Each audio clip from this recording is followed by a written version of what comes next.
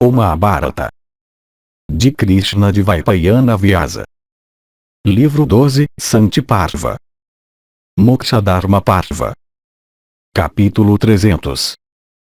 Cisne sadia sobre verdade. Yudhishthira disse: ó avô, homens eruditos louvam a verdade, autocontrole, perdão, e sabedoria. Que é tua opinião sobre estas virtudes? Bhishma disse: em relação a isto eu contarei para ti uma velha narrativa, ó Yudhishthira, da conversa entre os sadias e um cisne. Uma vez o não nascido e eterno Senhor de todas as criaturas, isto é, Brahman, assumindo a forma de um cisne dourado, vagava pelos 3 mundos até que no curso de suas viagens ele encontrou com os sadias. Os sadias disseram: ó Senhor, nós somos as divindades chamadas sadias. Nós gostaríamos de te questionar. De fato, nós te perguntaremos sobre a religião da emancipação. Tu a conheces bem. Nós temos ouvido, ó ave, que tu és possuidor de grande erudição, e eloquente sábio em discurso. Ó ave, qual tu achas que é o maior de todos os objetivos? Ó tu de grande alma, no que tua mente encontra satisfação. Portanto, ó o principal das aves, nos instrua quanto a qual é a única ação que tu consideras como a principal de todas as ações, e por fazer a qual, ó o chefe da criação alada, alguém pode ser logo libertado de todos os vínculos. O cisne disse: vocês que têm bebido Amrita, eu tenho ouvido que alguém deve recorrer a estes, isto é, penitências, autocontrole, verdade, e domínio da mente. Desatando todos os nós apegos, desejos do coração, deve-se também trazer sob seu controle o que é agradável e o que é desagradável. Não se deve ferir os órgãos vitais de outros. Não se deve proferir palavras cruéis. Nunca se deve aceitar preleções escriturais de uma pessoa que é mesquinha. Nunca se deve proferir palavras que infligem dor a outros, que fazem outros queimarem com tristeza, e que levam ao inferno. Flechas verbais saem dos lábios. Perfurado por elas alguém para quem elas são dirigidas queima incessantemente. Aquelas flechas não atingem qualquer parte a não ser os próprios órgãos vitais da pessoa visada. Então aquele que é possuidor de erudição nunca deve apontá-las para outros. Se uma pessoa perfura profundamente um homem de sabedoria com flechas verbais, o homem sábio deve então adotar a paz sem dar vazão à ira. O homem que, embora procurem deixá-lo zangado, se regozija sem se entregar à raiva, toma do provocador todos os seus méritos. Aquele homem de alma justa, que, cheio de alegria e livre de malícia, subjuga sua cólera ardente a qual, se cedida, o levaria a falar mal de outros em verdade se tornaria sua inimiga, leva os méritos de outros. Com relação a mim mesmo, eu nunca respondo quando outro fala mal de mim. Se atacado verbalmente, eu sempre perdoo o ataque. Os justos são da opinião que o perdão e verdade, sinceridade e compaixão são as principais de todas as virtudes. A verdade é o arcano dos Vedas. O arcano da verdade é o autodomínio. O arcano do autodomínio é a emancipação. Este é o ensino de todas as escrituras. Eu considero como Brahmana imune aquela pessoa que domina o impulso crescente de falar, o impulso de raiva aparecendo na mente, o impulso de sede por coisas indignas, e os impulsos do estômago e do órgão de prazer. Alguém que não cede à raiva é superior a alguém que o faz. Alguém que pratica a renúncia é superior a alguém que não o faz. Alguém que possui as virtudes de humanidade é superior a alguém que não as tem. Alguém que é dotado de conhecimento é superior a alguém que é desprovido dele. Atacado com palavras duras não se deve atacar em retorno. De fato, aquele que, sob tais circunstâncias, renuncia à ira, consegue queimar o atacante e tirar todos os seus méritos. O atacante, encontrando sua vítima clemente, queima ele mesmo com arrependimento. Aquela pessoa que quando atacada com palavras ríspidas não profere uma palavra ríspida em resposta, que quando elogiada não profere o que é agradável para ele que elogia, que é dotado de tal firmeza que não golpeia em retorno quando golpeado e nem mesmo deseja mal para o golpeador, encontra sua companhia sempre cobiçada pelos deuses. Aquele que é pecaminoso deve ser perdoado como se ele fosse justo, por alguém que é insultado, golpeado e caluniado. Por agir dessa maneira uma pessoa obtém êxito. Embora todos os meus objetivos tenham sido realizados, contudo eu sempre sirvo com reverência àqueles que são virtuosos. Eu não tenho sede. Minha raiva tem sido suprimida. Seduzido pela cobiça, eu não me afasto do caminho da retidão. Eu também não me aproximo de alguém com solicitações por riqueza. Se amaldiçoado, eu não amaldiçoo em retorno. Eu sei que o autodomínio é a porta da imortalidade. Eu revelo para vocês um grande mistério. Não existe posição que seja superior àquela de humanidade. Livre do pecado como a lua das nuvens escuras, o homem de sabedoria, brilhando em resplandecência, alcança o sucesso por esperar pacientemente por sua hora. Uma pessoa de alma controlada, que se torna objeto de adoração para todos por se tornar o principal dos pilares de suporte do universo, e para quem somente palavras agradáveis são faladas por todos, obtém a companhia das divindades. Insultadores nunca se apresentam para falar dos méritos de uma pessoa como eles falam de seus deméritos. Aquela pessoa cujas palavras e mente são devidamente controladas e sempre dedicadas ao Supremo, consegue obter os frutos dos Vedas, penitências e renúncia. O homem de sabedoria nunca deve ultrajar em retorno aqueles que são desprovidos de mérito, por proferir sua desaprovação e por insultos. Ele não deve exaltar outros sendo exaltado por eles e nunca deve ofendê-los. O homem dotado de sabedoria e conhecimento considera insulto como néctar. Ultrajado, ele dorme sem ansiedade. O insultador, por outro lado, encontra com a destruição. Os sacrifícios que alguém realiza com raiva, as doações que alguém faz com raiva, as penitências que alguém pratica com raiva, e as oferendas e libações que alguém faz ao fogo sagrado com raiva, são de tal maneira que seus méritos são roubados por Yama. O trabalho árduo de um homem zangado se torna completamente inútil. O principais dos imortais, é citada como sendo conhecedora da justiça aquela pessoa cujas 4 portas, isto é, o órgão de prazer, o estômago, os 2 braços, e a língua, são bem controlados.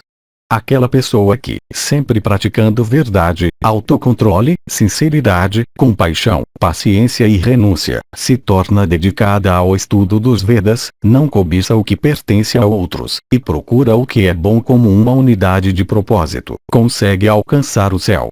Como um bezerro sugando todas as 4 tetas dos úberes de sua mãe, uma pessoa deve se dedicar à prática de todas essas virtudes. Eu não sei se existe alguma coisa que é mais sagrada do que a verdade. Tendo vagado entre os seres humanos e as divindades, eu declaro que a verdade é o único meio de alcançar o céu, assim como um navio é o único meio de cruzar o oceano.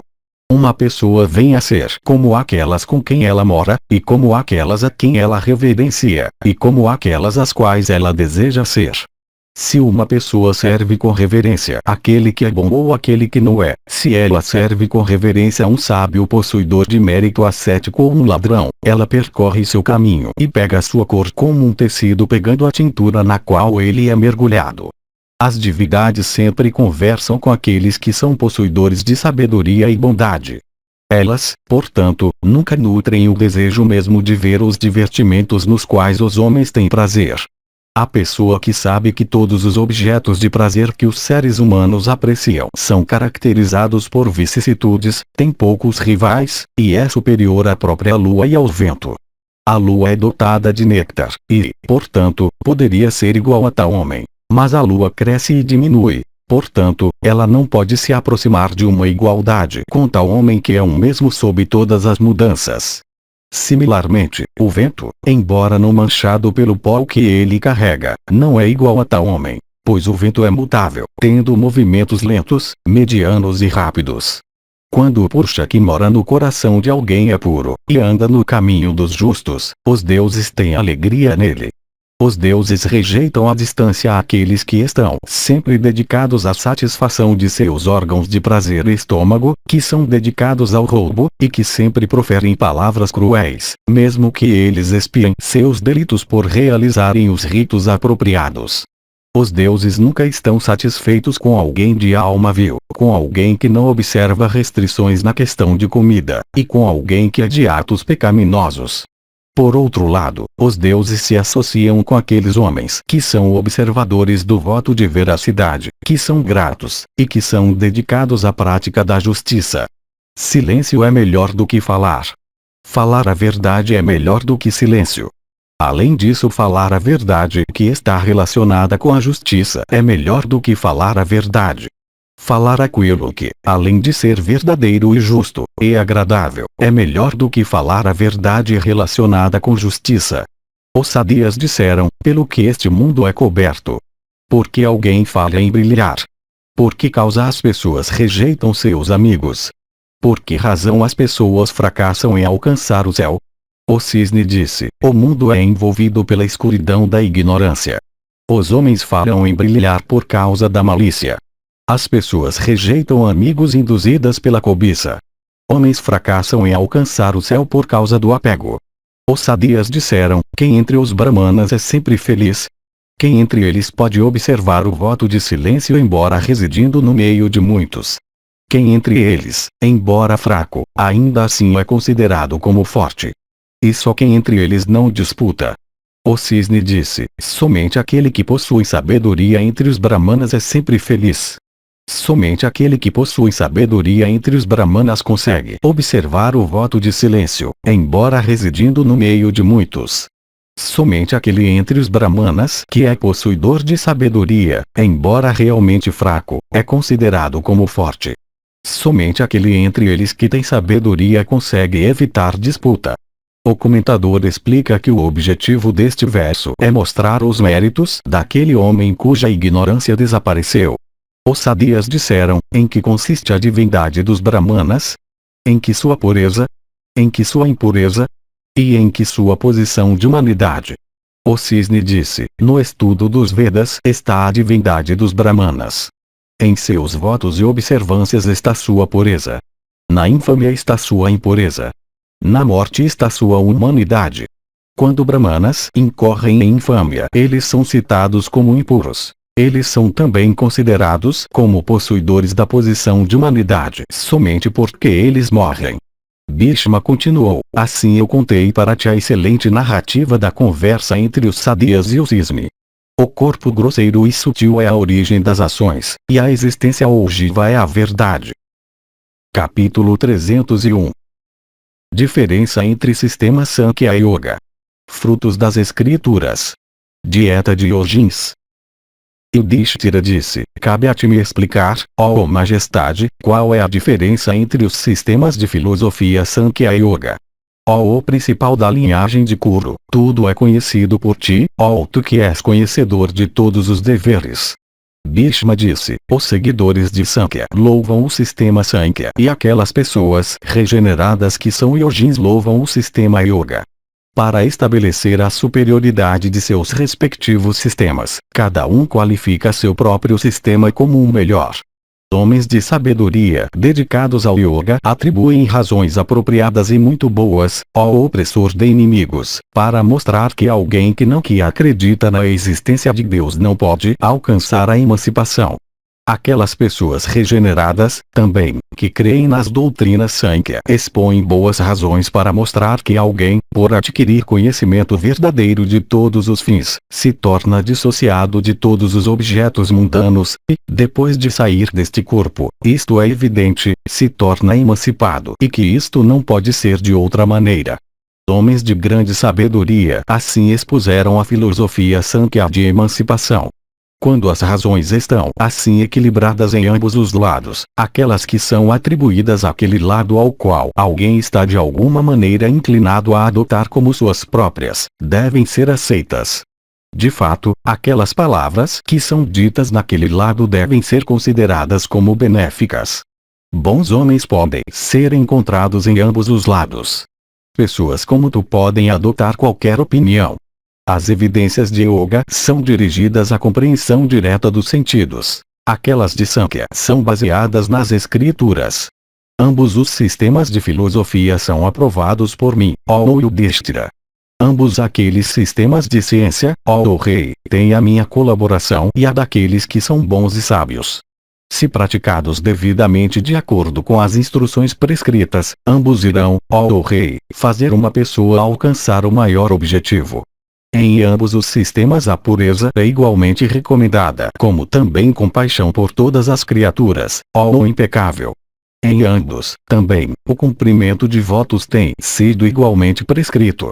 Somente as escrituras indicam que seus caminhos são diferentes.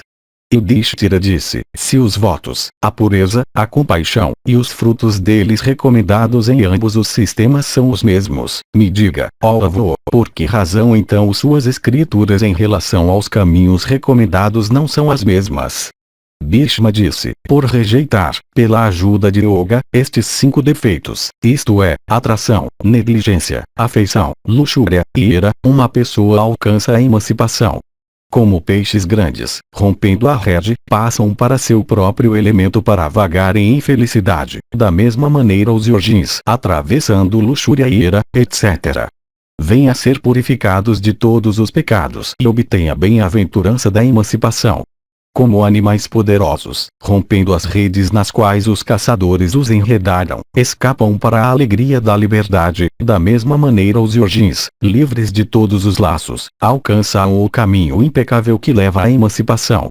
Realmente, ó rei, rompendo os laços nascidos da cobiça, os yogis, dotados de força, alcançam o caminho impecável e auspicioso e sublime da emancipação. Animais fracos, ó monarca, envolvidos em redes, são sem dúvida destruídos. Tal é o caso com as pessoas desprovidas da força de yoga. Como peixes fracos, ó filho de Kunti, caídos na rede, ficam envolvidos nela. Assim mesmo, ó monarca, homens desprovidos da força de yoga encontram a destruição em meio aos laços do mundo. Como aves, ó castigador de inimigos, quando envolvidas nas redes finas dos caçadores de aves se fracas encontram com sua ruína, mas se dotadas de força efetuam sua fuga. Da mesma maneira isto acontece com os yogis, ó castigador de inimigos. Amarrados pelos laços da ação, aqueles que são fracos encontram com a destruição, enquanto aqueles que são possuidores de força os rompem. Um fogo pequeno e fraco, ó rei, se extingue quando troncos grandes de madeira são colocados sobre ele. Assim mesmo o yogin que é fraco, ó rei, encontra a ruína quando entra em contato com o mundo e suas atrações. O mesmo fogo, no entanto, ó monarca, quando ele se torna forte, queimaria sem se extinguir com a ajuda do vento, a terra inteira. Da mesma maneira, o yogin, quando crescido em força, queimando com energia, e possuidor de poder, é capaz de chamuscar o universo inteiro como o sol que se ergue no tempo da dissolução universal. Como um homem fraco, ó rei, é levado por uma correnteza, assim mesmo um yogin é carregado sem auxílio pelos objetos dos sentidos. Um elefante resiste a uma correnteza poderosa. Da mesma maneira, um yogin, tendo adquirido pujança yoga, resiste a todos os objetos dos sentidos. Independentes de todas as coisas, os yogins, dotados de pujança yoga e dotados de domínio, entram nos corações dos próprios senhores da criação, dos rishis, das divindades, e dos grandes seres no universo. Nem Yama, nem o destruidor, nem a própria morte de destreza terrível, quando zangados, alguma vez conseguem prevalecer sobre o yogin, ó rei, que é possuidor de energia incomensurável. O yogin, adquirido por pujança yoga, pode criar milhares de corpos e com eles vagar sobre a terra. Alguns entre eles desfrutam de objetos dos sentidos e então mais uma vez se dedicam à prática de penitências austeras, e mais uma vez, como o sol retraindo seus raios, se afastam de tais penitências. Os exemplos de Visvamitra e outros podem ser citados neste caso. O yogin, que é possuidor de força e a quem vínculos não atam, certamente consegue alcançar a emancipação. Eu agora te falei, ó monarca, sobre todos esses poderes de yoga. Eu mais uma vez te falarei quais são os poderes sutis de yoga com suas indicações. Cultive, ó chefe da linhagem de Bharata, as indicações sutis do dharana e do samadhi da alma, tais como yoga ocasiona. Dharana é manter a alma em auto-reflexão, impedindo-a de vagar. Samadhi é a abstração completa. Como um arqueiro que é cuidadoso e atento consegue atingir o alvo, assim mesmo o Yojin, com a alma absorta, sem dúvida alcança a emancipação. Como um homem fixando sua mente em um recipiente cheio de algum líquido colocado sobre sua cabeça, sobe uma escada com cuidado, assim mesmo o Yojin, fixado e absorto em sua alma, a purifica e a faz tão refulgente quanto o sol. Como um barco, ó o filho de Kunti, que é lançado na superfície do mar é logo levado à outra margem por um barqueiro atento, assim mesmo o homem de conhecimento por fixar sua alma em Samadhi alcança a emancipação, que é tão difícil de se alcançar, depois de rejeitar seu corpo, ó o monarca. Como um cocheiro atento, ó o rei, tendo unido bons corcéis ao seu carro leva o guerreiro em carro ao local que ele deseja, assim mesmo o Yojin, ó o monarca, atento em Dharana, logo alcança o local mais elevado isto é, emancipação como uma flecha disparada do arco alcançando o objeto visado. O Yojin que permanece imovelmente depois de ter introduzido seu eu na alma, destrói seus pecados e alcança aquele local indestrutível que é a propriedade daqueles que são justos. Aquele Yojin que, cumprindo atentamente votos superiores, une devidamente, ó o rei, sua alma jiva com a alma sutil no umbigo, na garganta, na cabeça, no coração, no peito, nos lados, nos olhos, nos ouvidos, e no nariz, queima todas as suas ações boas e más mesmo de proporções como aquelas de montanhas, e tendo recorrido ao excelente yoga, alcança a emancipação. Yudhishthira disse, cabe a ti me dizer, ó avô, quais são os tipos de dieta que por serem adotados, e quais são as coisas por conquistar as quais, ó Yojin, ó Bharata, adquire pujança yoga. Bhishma continuou, empenhado, ó Bharata, em subsistir de grãos quebrados de arroz, e bolos saturados de gergelim, e se abstendo de óleo e manteiga, ó Yojin adquire pujança yoga. Por subsistir por muito tempo de cevada em pó não misturada com qualquer substância líquida, e por se limitar a uma única refeição por dia, o Yojin de alma purificada obtém pujança yoga. Por beber somente água misturada com leite, primeiro somente uma vez durante o dia, então uma vez durante uma quinzena, então uma vez durante um mês, então uma vez durante 3 meses, e então uma vez durante um ano inteiro, o Yojin obtém pujança yoga. Por se abster totalmente de carne, ó rei, o Yojin de alma purificada adquire força. Por subjugar luxúria, ira, e calor, e frio e chuva, e medo, e dor, e a respiração, e todos os sons que são agradáveis para os homens, e objetos dos sentidos, e a inquietude, tão difícil de conquistar, que nasce da abstenção do ato sexual, e a sede que é tão terrível, ó rei, e os prazeres do toque, e sono, e a procrastinação que é quase inconquistável, ó o melhor dos reis, Yojins de grande alma, desprovidos de afeições, e possuidores de grande sabedoria, auxiliados por suas compreensões, e equipados com riqueza de contemplação e estudo, fazem a alma sutil permanecer manifestada em toda a sua glória. Este caminho sublime yoga de brahmanas eruditos é extremamente difícil de se trilhar. Ninguém pode andar por este caminho com facilidade. Este caminho é como uma floresta terrível cheia de inúmeras cobras e bichos rastejantes, com buracos ocultos em todos os lugares, sem água para matar a sede, e cheia de espinhos, inacessível por causa disso. De fato, o caminho de yoga é como uma estrada ao longo da qual não há comestíveis, que corre por um deserto tendo todas as suas árvores queimadas em um incêndio, e que se tornou perigosa por ser infestada com bandos de ladrões.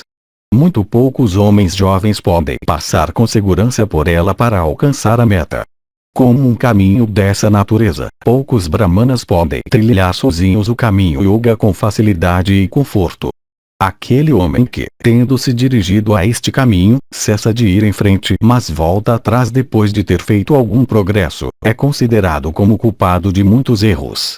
Homens de almas purificadas, ó o Senhor da Terra, podem permanecer com facilidade em contemplação yoga, a qual é como o gume afiado de uma navalha. Pessoas de almas impuras, no entanto, não podem permanecer nela. Quando a contemplação yoga vem a ser perturbada ou obstruída de outra maneira, ela nunca pode levar o yogin para um fim auspicioso. Assim como um barco sem capitão não pode levar os passageiros para outra margem. Aquele homem, ó filho de Kunti, que pratica contemplação yoga segundo os ritos devidos, consegue rejeitar nascimento e morte, e felicidade e tristeza. Tudo isso que eu te disse tem sido declarado nos diversos tratados, que têm relação com yoga. Os maiores resultados de yoga são vistos em pessoas da classe regenerada. Aquele fruto mais elevado é a identificação com Brahma.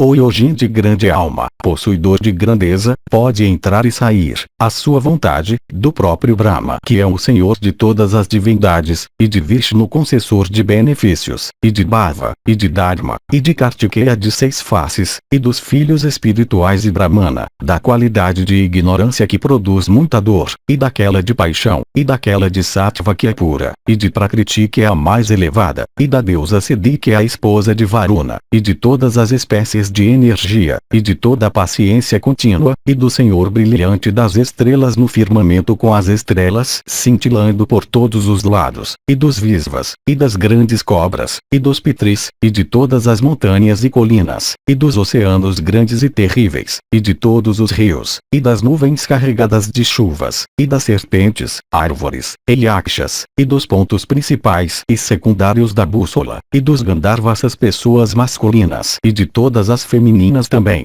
Este discurso, ó rei, que é relacionado com o ser supremo de energia imensa, deve ser considerado como auspicioso.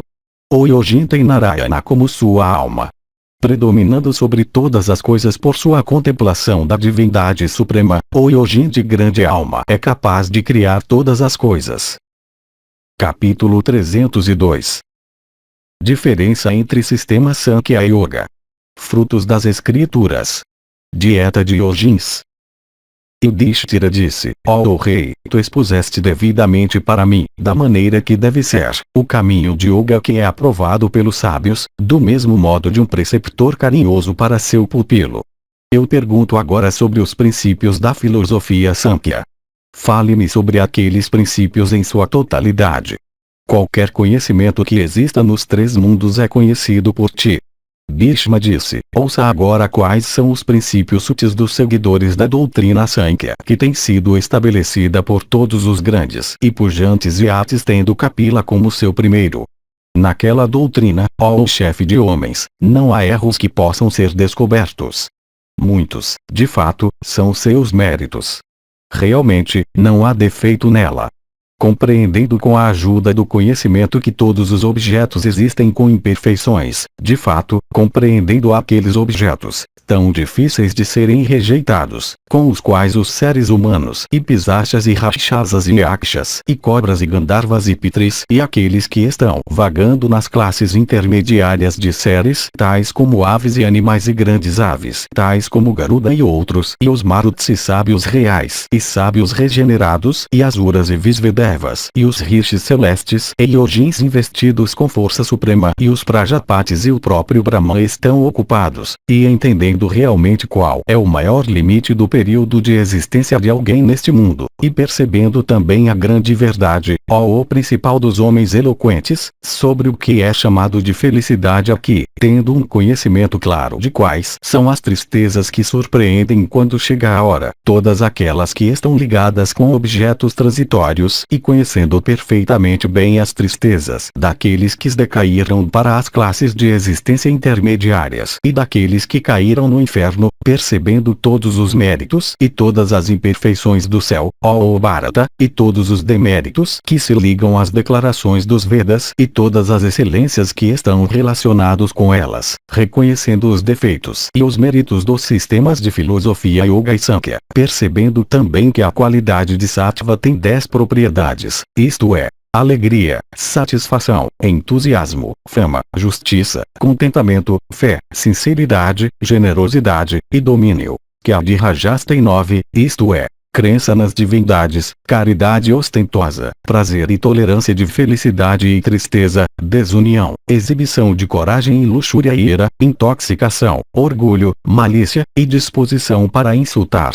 E que a de Tamas tem 8. inconsciência, estupefação, excesso de estupor, confusão da compreensão, cegueira de resultados, sono, negligência e procrastinação. Que a compreensão tem 7 propriedades. Maat, consciência, e as 5 essências sutis. A mente tem 6. A própria mente e os 5 sentidos. E o espaço tem 5. Espaço, água, ar, luz, e terra. E também concebendo que a compreensão, de acordo com uma escola de filosofia diferente, tem 4 propriedades. Dúvida, averiguação, orgulho, e memória. E tamas tem 3. Inabilidade de compreensão, compreensão parcial, e compreensão totalmente errônea. E rajas tem 2. Inclinação para agir e tristeza. E sattva tem 1. A iluminação, e realmente compreendendo o caminho que é seguido por todos os objetos quando a destruição os alcança e qual é a direção do autoconhecimento. Os Sankhya's, possuidores de conhecimento e experiência exaltados por suas percepções de causas, e adquirido perfeita aventura, obtêm a felicidade da emancipação como os raios do sol, ou o vento tomando refúgio no espaço.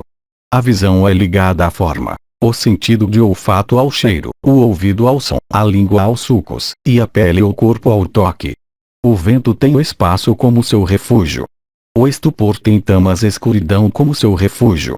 A cobiça tem os objetos dos sentidos como seu refúgio. Vishnu está ligado aos órgãos de movimento.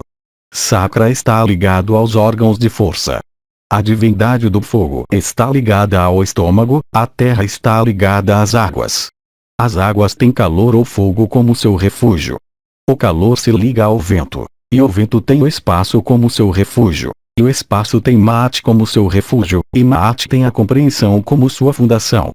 A compreensão tem seu refúgio em tamas. Tamas tem rajas como seu refúgio. Rajas está fundado sobre Sattva, e Sattva está ligado à alma. A alma tem o glorioso e pujante Narayana como seu refúgio. Aquela divindade gloriosa tem a emancipação como seu refúgio. A emancipação é independente de todos os refúgios.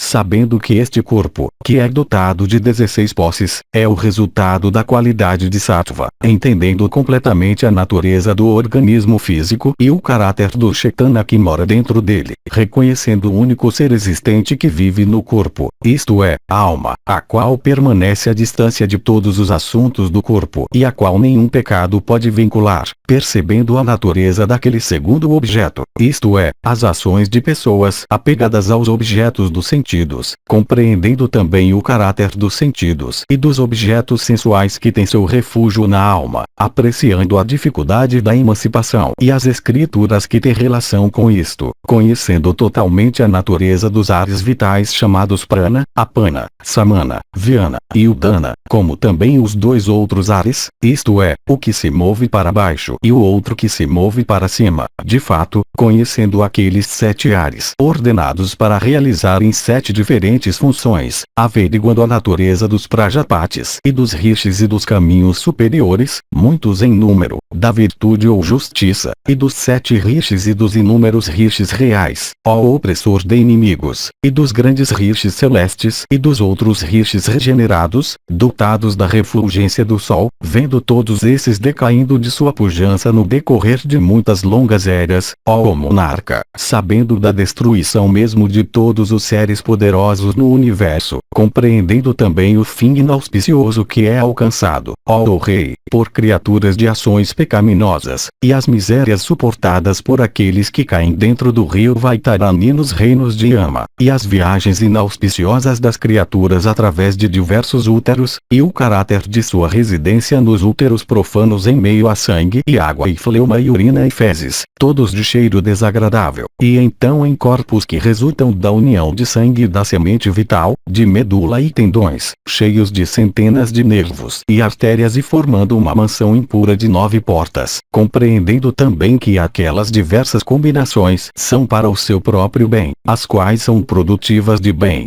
vendo a conduta abominável de criaturas cujas naturezas são caracterizadas por ignorância ou paixão ou bondade, ó o chefe da linhagem de Bharata, conduta que é repreendida, devido à sua incapacidade de alcançar a emancipação, pelos seguidores da doutrina Sankhya, que são totalmente conhecedores da alma, vendo o Sol e a Lua sendo engolidos por Rahu, a queda de estrelas de suas posições fixas e os desvios de constelações de suas órbitas, conhecendo a triste separação de todos os objetos unidos, e o comportamento diabólico de criaturas ao devorarem umas às outras, vendo a ausência de toda a inteligência na infância dos seres humanos e a deterioração e destruição do corpo, notando a pequena ligação que as criaturas têm com a qualidade de Sattva por serem dominadas por ira e estupor, vendo também somente um entre milhares de seres humanos resolvido a lutar pela obtenção de emancipação, entendendo a dificuldade de se alcançar a emancipação de acordo com o que é declarado nas Escrituras, vendo a preocupação marcante que as criaturas manifestam por todos os objetos não alcançados e sua comparativa indiferença por todos os objetos que foram alcançados, notando a maldade que resulta de todos os objetos dos sentidos, ó o rei, e os corpos repulsivos, ó o filho de Kunti, de pessoas privadas de vida, e a residência, sempre repleta de aflição, de seres humanos, ó o Bharata, em casas no meio de cônjuges e filhos, conhecendo o fim daqueles homens terríveis e decaídos que se tornaram culpados de matar brahmanas, e daqueles brahmanas pecaminosos que são viciados em beber estimulantes alcoólicos, e o fim igualmente triste daqueles que se tornam criminalmente ligados às esposas de seus preceptores, e daqueles homens, ó Yudhishthira, que não reverenciam devidamente suas mães, como também daqueles que não têm reverência e culto para oferecer às divindades, compreendendo também, com a ajuda daquele conhecimento que sua filosofia concede, o fim de todos os perpetradores de atos perversos, e os diversos fins que alcançam aqueles que tomaram nascimento entre as classes intermediárias, averiguando as diversas declarações dos Vedas, o curso das estações, a passagem dos anos, dos meses, das quinzenas, e dos dias, vendo diretamente o crescimento e a diminuição da lua, vendo a elevação e a baixa dos mares, e a diminuição de riqueza e seu aumento novamente, e a separação de objetos unidos, o lapso de yugas, a destruição de montanhas, a secagem de rios, a deterioração da pureza das várias classes, e o fim também daquela deterioração ocorrendo repetidamente, vendo o nascimento, velhice, morte, e tristezas de criaturas, conhecendo verdadeiramente os defeitos ligados ao corpo e as tristezas às quais os seres humanos estão sujeitos, e as vicissitudes às quais os corpos das criaturas estão sujeitos, e compreendendo todas as imperfeições que se vinculam às suas próprias almas, e também todas as imperfeições inauspiciosas que se ligam aos seus próprios corpos, os seguidores da filosofia Sankhya conseguem alcançar a emancipação. Yudhishthira disse, ó alto de energia incomensurável, quais são aquelas imperfeições que tu vês que se ligam ao corpo de alguém? Cabe a ti me esclarecer esta dúvida completamente e verdadeiramente. Bhishma disse, ouça, ó matador de inimigos. Os Sankhiyas ou seguidores de Kapila, que são familiarizados com todos os caminhos e dotados de sabedoria, dizem que há 5 imperfeições, ó pujante, no corpo humano. Elas são desejo e ira e medo e sono e respiração. Essas imperfeições são vistas nos corpos de todas as criaturas incorporadas.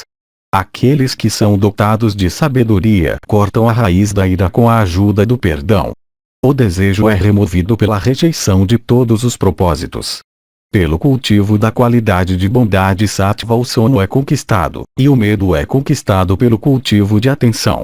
A respiração é conquistada por moderação de dieta, ó rei.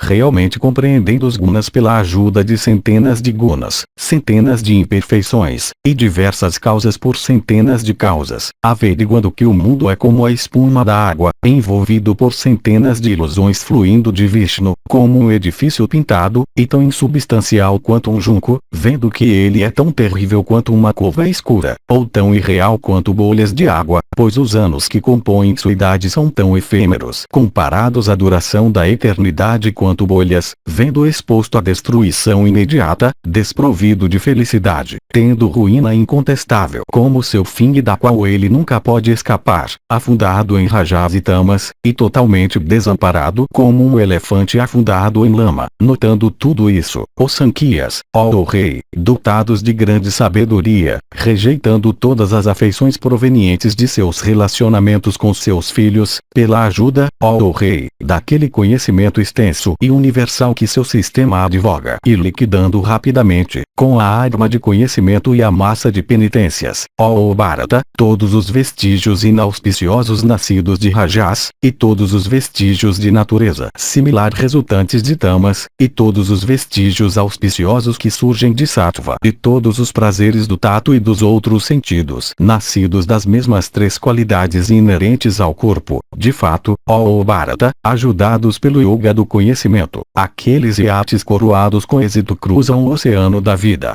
Aquele oceano tão terrível tem tristeza como suas águas. Ansiedade e dor constituem seus lagos profundos. Doença e morte são seus jacarés gigantescos. Os grandes temores que afligem o coração a cada passo são suas cobras enormes. Os atos inspirados por Tama são suas tartarugas. Aqueles inspirados por Raja são seus peixes. A sabedoria constitui a balsa para atravessá-lo. As afeições nutridas por objetos do sentido são sua lama. A decrepitude constitui sua região de dor e dificuldade. Durga é uma região inacessível tal como uma floresta ou deserto que não pode ser atravessada exceto com grande dor e perigo. O conhecimento, ó castigador de inimigos, é sua ilha. Ações constituem sua grande profundidade. Verdade é suas margens. Observâncias virtuosas constituem as ervas verdejantes flutuando em sua superfície. A inveja constitui sua correnteza rápida e poderosa. Os diversos sentimentos do coração constituem suas minas. Os diversos tipos de satisfação são suas pedras preciosas valiosas. Aflição e febre são seus ventos. Miséria e sede são seus redemoinhos poderosos. Doenças dolorosas e fatais são seus elefantes enormes. O conjunto de ossos é sua escada, e muco é sua espuma. Doações são suas margens peroladas. Os lagos de sangue são seus corais. Riso alto constitui seus bramidos. Diversas ciências são sua intransitabilidade. Lágrimas são sua salmoura. Renunciar à companhia constitui o maior refúgio daqueles que procuram cruzá-lo. Filhos e cônjuges são suas inúmeras sanguessugas. Amigos e parentes são as cidades e municípios em suas margens. Abstenção de ferir e verdade são sua linha divisória. Morte é sua onda de tempestade. O conhecimento de Vedanta é sua ilha capaz de proporcionar abrigo para aqueles que são lançados sobre suas águas.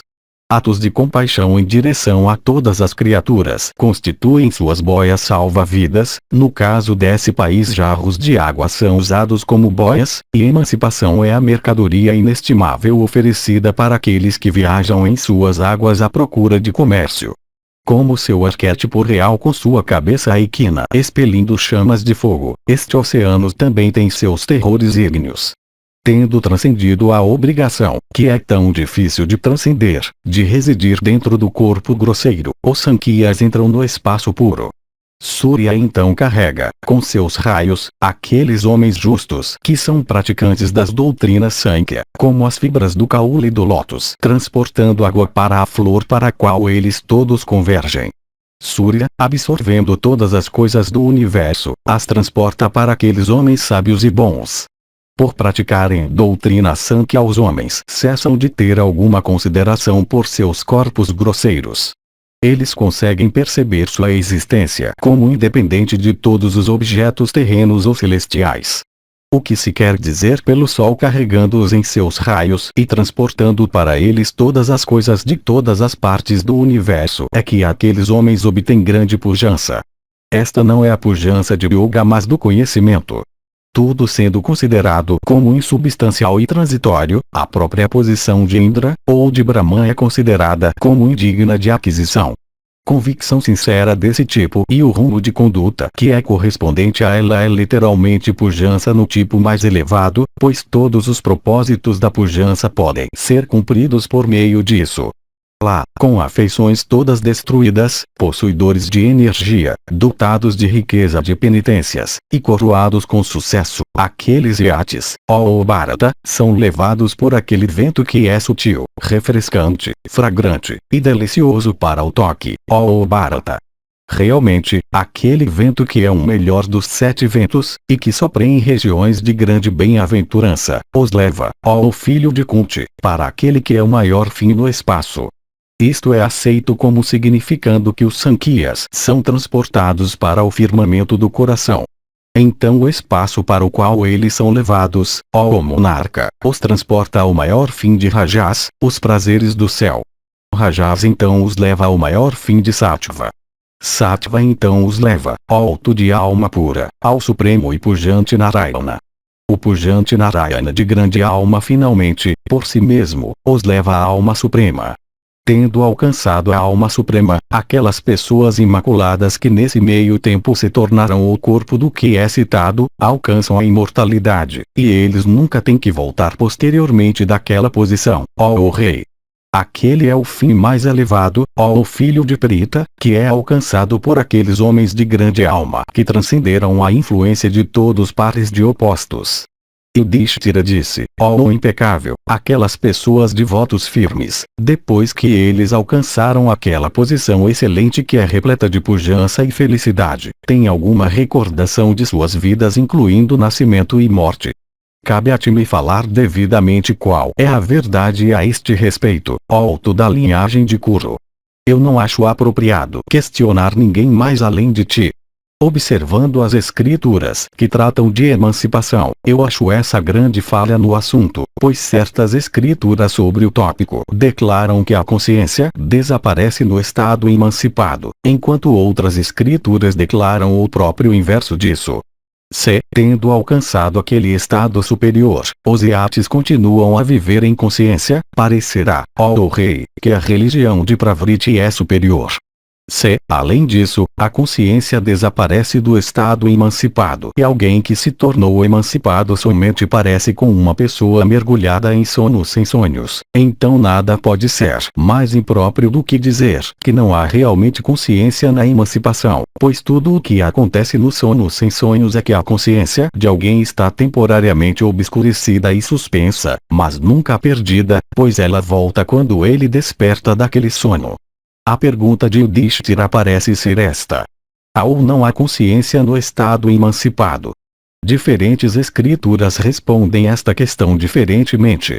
Se for dito que há consciência naquele estado, então por que descartar o céu e seus prazeres, ou religião de Pravriti ou ações a qual leva aqueles prazeres? Onde está a necessidade da religião inivriti ou abstenção de todas as ações? Na suposição de haver consciência no estado emancipado, a religião de Pravriti seria considerada como superior. Se, por outro lado, a existência de consciência fosse negada, isto seria um erro. Bhishma disse, embora possa ser difícil responder a isso, a pergunta que tu fizeste, ó filho, é apropriada. Na verdade, a pergunta é de tal tipo que até aqueles que possuem grande erudição ficam confusos ao respondê-la, ó chefe da linhagem de Bharata. Apesar disso, ouça qual é a verdade como explicada por mim. Os seguidores de grande alma de Kapila têm fixado seu discernimento superior neste ponto. Os sentidos de conhecimento, ó rei, plantados nos corpos de criaturas incorporadas, são empregados em suas respectivas funções de percepção. Eles são os instrumentos da alma, pois é através deles que aquele ser sutil percebe. Separados da alma, os sentidos são como pedaços de madeira, e são sem dúvida, destruídos em relação às funções que eles servem, como a espuma que é vista na superfície do oceano. Quando a criatura incorporada, ó opressor de inimigos, cai no sono junto com seus sentidos, a alma sutil então vaga entre todos os objetos como o vento através do espaço. A alma sutil, durante o sono, continua a ver todas as formas e a tocar todos os objetos de toque, ó rei, e ocupada em outras percepções, assim como quando ela está desperta. Por sua incapacidade de agir sem seu diretor, os sentidos, durante o sono, se extinguem todos em seus respectivos lugares e perdem seus poderes como cobras privadas de veneno. Em tais momentos, a alma sutil, dirigindo-se para o respectivo lugar de todos os sentidos, sem dúvida, cumpre todas as suas funções. Pois a alma, em sonhos, vê, ouve, toca e cheira, etc. Precisamente como ela faz quando acordada. Todas as qualidades de sattva, todos os atributos da compreensão, Bharata, como também aqueles da mente, e espaço, e vento, alto de alma justa, e todos os atributos de substâncias líquidas, de água, Partha, e de terra, esses sentidos com essas qualidades, Yudhishthira, que são inerentes às almas Jiva, junto com a própria alma Jiva, são dominados pela alma suprema ou Brahma. As ações também, boas e más, oprimem aquela alma Jiva. Como o discípulo servindo seu preceptor com reverência, quando os sentidos também servem à alma Jiva que transcende Prakriti, ela alcança Brahma que é imutável, que é um mais sublime, que é Narayana, e que está além de todos os pares de opostos, e que transcende Prakriti. Livre de mérito e demérito, a alma Jiva entrando na alma suprema que é desprovida de todos os atributos, e que é o lar de toda aventura, não retorna de lá, Bharata. O que resta, filho, é a mente com os sentidos, Bharata. Estes têm para voltar mais uma vez na época estabelecida para cumprirem a ordem de seu grande mestre. A pessoa que se torna emancipada nesta vida se torna assim em Samadhi, mas quando o estado de Samadhi termina, sua mente e sentidos retornam. E retornando eles cumprem a ordem do Supremo, isto é, ocasionam felicidade e miséria, as quais, naturalmente, são as consequências das ações de vidas passadas, embora aquela felicidade e miséria não sejam sentidas. Logo depois, filho de Kunti, quando este corpo é rejeitado e a ti que se esforça pela emancipação, dotado como ele é de conhecimento e desejoso como ele é de guna, consegue obter aquela paz da emancipação a qual é daquele que se torna incorpóreo. Há dois tipos de emancipação. Uma é obtenível aqui, neste corpo, ela é Jivamukti. A outra é Vidya Kaivalya, ou aquela que vem a ser de alguém quando ele está sem corpo. Os Sankhiyas, ó rei, são dotados de grande sabedoria. Eles conseguem alcançar o fim sublime por meio desse tipo de conhecimento. Não há conhecimento que seja igual a este. Não ceda a qualquer tipo de dúvida. O conhecimento que é descrito no sistema dos Sankhiyas é considerado como o mais elevado. Aquele conhecimento é imutável e é eternamente seguro. Ele é Brahma eterno em plenitude. Ele não tem começo, meio e fim. Ele transcende todos os pares de opostos. Ele é a causa da criação do universo. Ele permanece em plenitude.